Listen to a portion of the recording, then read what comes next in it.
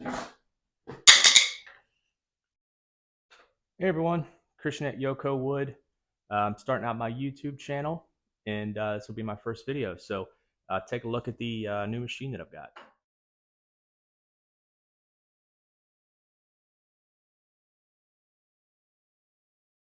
Just like a lot of other fellow makers, I started off my journey, fixing things around the house, construction, carpentry, things like that, where you don't have to be quite as precise in the things that you're doing. But when you get into woodworking and especially working with furniture, you need straight, square edges, and that's where this new tool that I've got here comes in.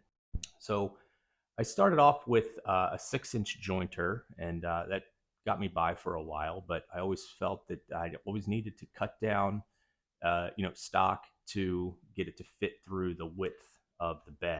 I then, shortly after that, upgraded to an 8-inch jointer, and that worked well too. Straight knife did give me a little bit of tear out. Even with the 8-inch bed width, I still found myself wanting a larger bed so that I could have to cut down as much stock to run it through, get everything square. So that's why I wanted to go with a new 12-inch. This is the Laguna JX12 jointer.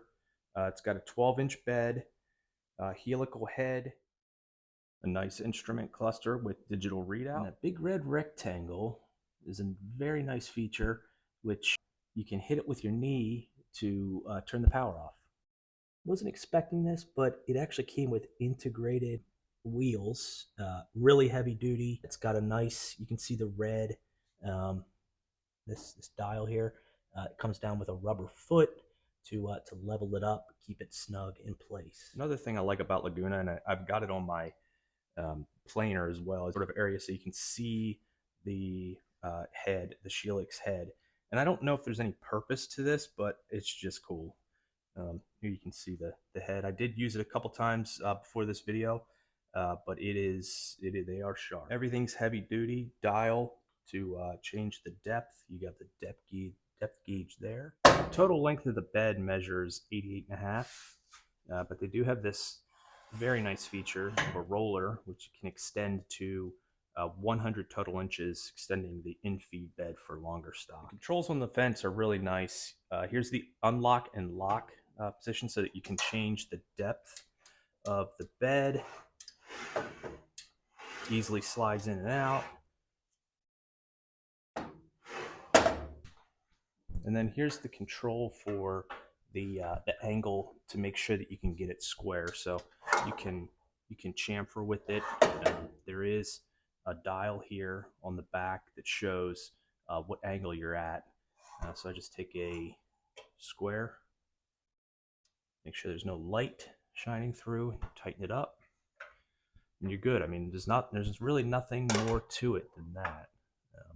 Adjusting the depth of cut on the in-feed bed is really easy. You just pull this knob, turn the dial, clearly states up and down. One of the features that I would have never even thought of on this machine, if other competitors have this feature, but there is a flip down auxiliary fence so that if you're jointing something that is below the guard, you can keep this fence down without the sort of danger of getting any limbs caught in there. So this is really nice. This is a really nice feature. I don't know how much I'll use it, but it's nice to have it. I'm gonna fire this thing up and let you hear what it sounds like. Now this is without dust collection, so it's a little bit louder when I've got the dust collection on, but either way, it is way quieter than my previous joiner. It's still not quiet, but it's not intrusive. Once I've had hearing protection on, it isn't bad at all. Got a piece of walnut here. It's around 9 inches. And I'm gonna run it through, square it up on the face and the edge, and show you just how smooth this thing comes out.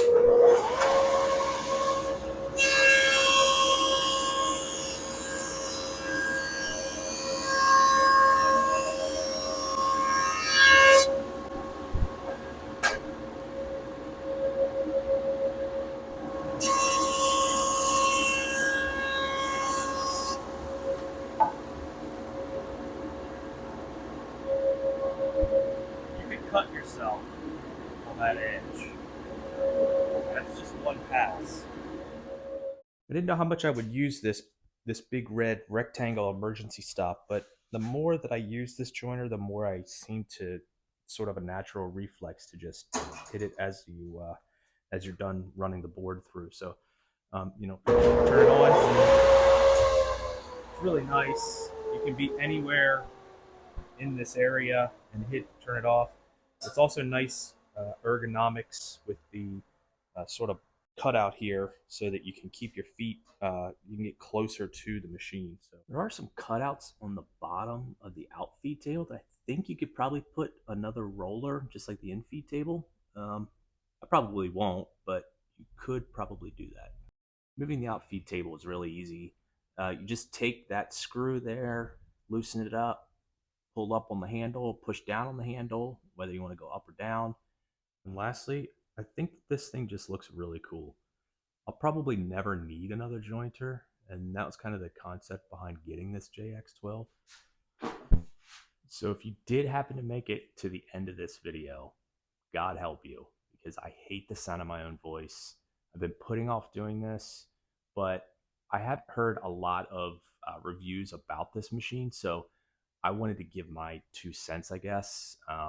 And I would say that it is far exceeded my expectations. It's got some really nice small features that I never thought of, and it's a solid machine. So I will say, in full disclosure, I did get a rebate from Laguna in exchange for doing some social media posting. But I would tell you if there was anything wrong with this thing. It's amazing. I love it. It's a little big for my shop, but bigger is always better.